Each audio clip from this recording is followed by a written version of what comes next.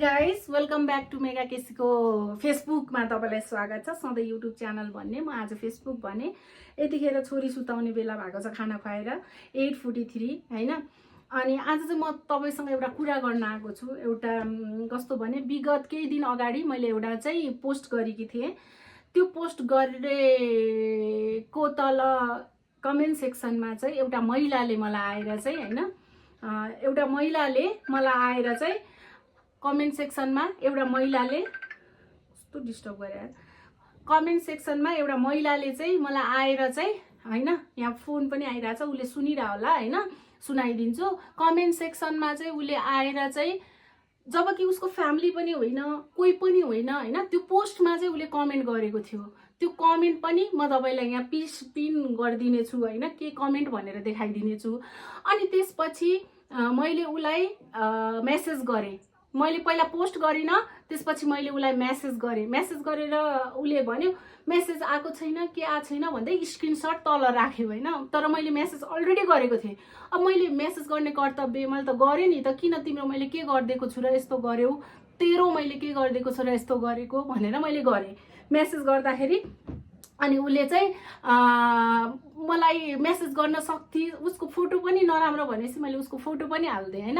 अनि त्यसपछि तैँले के गर्न सक्छस् मलाई हैन, के अरे मेरो फोटो हालेर कमाउने भन्दै, जबकि त्यो बिहान मैले मेसेज गरेको थिएँ, उसले त्यो मेसेज हेरेन हैन।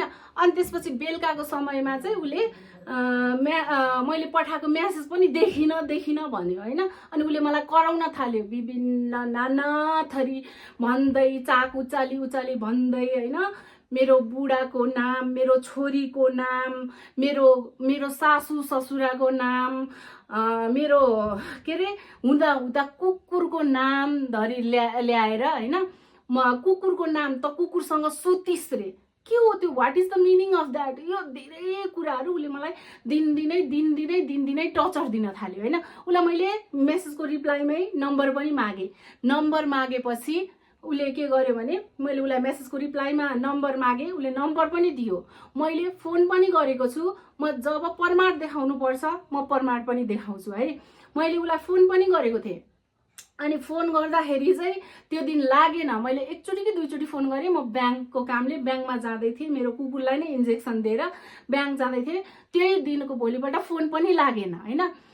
अनि त्यसो उसले चाहिँ मलाई के भनिरहेको थियो भने, त्यो दिन चाहिँ तैँले मलाई डाइरेक्ट मेसेज गर्न सक्छस्, डाइरेक्ट मेसेज गर्न। मैले जबकि मेसेज पनि गरेको थिएँ कि त्यो पोस्ट हाल्नु, त्यो महिलाको पोस्ट हाल्नु अगाडि मैले मेसेज पनि गरेको थिएँ है। मैले मेसेज पनि गरेको थिएँ त्यो महिलालाई चाहिँ। मेसेजै गरेर नहेरिसकेपछि अनि के हो त, एउटा महिला, मैले पनि केही पढेर त लेखेको होला नि त, मैले पनि मनमा केही बिजेर, नभए त्यतिकै लेख्ने आइमाई त म पनि होइन होला नि त। अनि त्यसपछि मैले त्यो लेखेको थिएँ मनमा, एकदमै धेरै वर्ष अगाडिको त्यो। म त्यहाँदेखि म डिप्रेसनको फर्स्ट स्टेज हुँदै सेकेन्ड स्टेज हुँदै आएको हैन। त्यहाँदेखि मलाई फिल भयो मैले खाना नपाएको हैन। अनि मलाई झ्याप्प मैले पुरानो फेसबुक हेर्ने बेलामा मलाई त्यो कुरा रिकल भयो। बेला बेलामा झट्का लागिरहेको थियो हैन। जमलमा त्यत्तिकै हिँडिरहेको मलाई चाहिँ झट्का लाग्थ्यो कि। अनि त्यसपछि म चाहिँ झड्का मेरो दिमागमा लागिरहेको थियो कि त्यो कुराले। तर मैले डाइरेक्ट फोटो देख्दा मलाई एकदम नराम्रो लाग्यो क्या। अनि मैले नराम्रो लागेर त्यो पोस्ट गरेको कुराबाट यो आएको। तर यो आइमाईले मलाई बारम्बार पोक गर्ने, त्यो फोटोको तल पनि उसले कमेन्ट आफै गर्यो है, आफै गर्यो, त सुड्डी त यस्तो उस्तो भनेर। के हो तपाईँ आफै गएर हेर्नु होला, त्यो को हो के हो भनेर चिन्नु पनि हुन्छ होला हैन। म अलरेडी भएको कुरालाई यहाँ मेन्सन गर्दिनँ। सिर्फ मलाई चाहिँ day by day torture, day by day 3 दिन भइसक्यो हैन, 3 दिन भइसक्यो यो कुरा। डे बाई डे टर्चर, कस्तो टर्चर भने, ओके उसको र मेरो कुरा हो, इट्स ओके। उसले के भन्यो भने, पोस्ट हालिस् अब तँलाई म गएर प्रहरी चौकीमा भुत्लाउँछु हैन, यस्ता शब्दहरू थिए। तँलाई म भुत्लाउँछु, तँलाई घोडा टेकाउँछु, तेरो बाल लुच्छु, यस्ता शब्द उसले प्रयोग गरेको थियो। मैले सिर्फ एउटा शब्द भनेको खाते प्रयोग गरेको थियो, खाते प्रयोग गरेको थियो।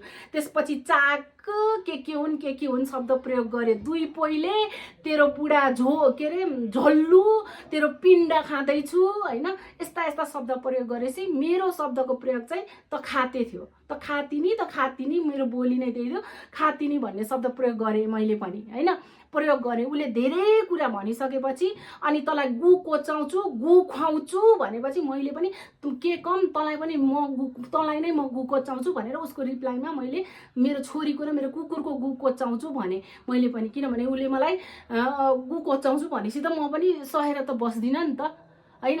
अनि त्यसपछि गु कोचाउँछु इत्यादि कुरा हुँदै गयो। सर्वप्रथम उसले के भन्यो भने उसको फोटो हालेको, ऊ प्रहरीमा जान्छु, साइबर ब्युरो जान्छु, अनि देख्छस् मेरो पावर, अनि मेरो यस्तो म उस्तो यो यस्तो भन्न थालेँ होइन। अनि त्यसपछि मैले के भन्यो भने पावर यस्तो उस्तो अब देख्छस् भनेपछि इट्स ओके ल, म पावर त्यसको पावर के रहेछ त हेरौँ देखौँ भन्ने पनि लाग्यो। सबै अडियोहरू छ, म डिलिट गर्न पर्दैन, बरु फरवर्ड गरेर सेभ गरेर राखेको छु डिलिट हुन्छ कि भनेर होइन।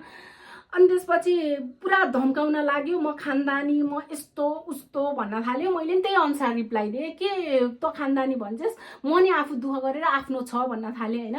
मेरो बुढोलाई झोल्लु रे, मेरो सासू ससुराले के खाइदिनु भएको छ, मेरो सासू ससुराको नाम आउँदा मलाई चित्त दुख्छ क्या अहिले। मैले त बदनाम गरेँ मेरो सासू ससुराको होइन, पहिला मुछिँदाखेरि सासू ससुरा पनि मुछे होइन। म स्ट्रङ हुन्छु, अहिले मलाई माया लाग्छ र मैले यसले खालि कन्टेन्ट भन्ने यसले मलाई उस्काउने के। यसको चाहिँ एउटा के चलाउने बिजनेस रहेछ कपडाको होइन। अनि कपडाको बिजनेस भएको भएर यसले मेरो फोटो डिलिट गर भने, अनि यसले मलाई भोइस मेसेज पनि पठाइहेर्नु है, मेरो फोटो डिलिट गरेँ अनि यो भोइस मेसेज हाल भन्ने के, जे पनि कन्टेन्ट बना उसैले हाल 3 दिन भयो।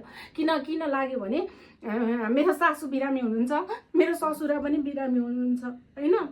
जति जे भने पनि माया मलाई लाग्छ होइन। अनि यस्तो देख्दाखेरि बरु म के बोल्दिनँ, छ्या कस्तो आँसु आयो भगवान्, छ्या यस्तो देख्दाखेरि मलाई के लाग्यो भने मेरो सासू ससुरा पनि अस्ति भर्खरै ढल्नु भएको, बिरामी हुनुहुन्छ होइन। मेरो आमा पनि सासू आमा नि बिरामी हुनुहुन्छ। अनि हिमेश सरले भन्यो, म बोल्थेँ कि म रुने मान्छे होइन, म डराउने मान्छे होइन, म आफ्नो लेभलको मान्छेसँग फाइट गर्ने मान्छे हो क्या। कमेन्टमा पनि भाडा बुढासँग हुन त मलाई कतिले हेरेस गर्न आयो होला पहिला त्यो निकालिनँ। एउटा मैले त्यो हाई प्रोफाइल भएर मैले निकाल्न खोजेँ होइन। हाई प्रोफाइलको मान्छेले यस्तो किन गरेको, आज मेरो बुद्धि आयो भनेर मैले निकाल्न खोज्दाखेरि यो मैले मलाई दिनदिनै टर्चर र मैले यो कुरा पनि मिडियामा ल्याउँथिनँ। किनभने मैले दुःख दिइसकेको छु, मेरो सासू ससुरा मेरो पोइको बेइज्जत गरिसकेको छु। योभन्दा मैले कति बेइज्जत गरौँ भनेर मैले यो कुरा ल्याउन खोजिनँ मिडियामा। यहाँसम्म सुन्नु होइन। यहाँबाट म फेरि अर्को पार्ट बनाएर हाल्छु है।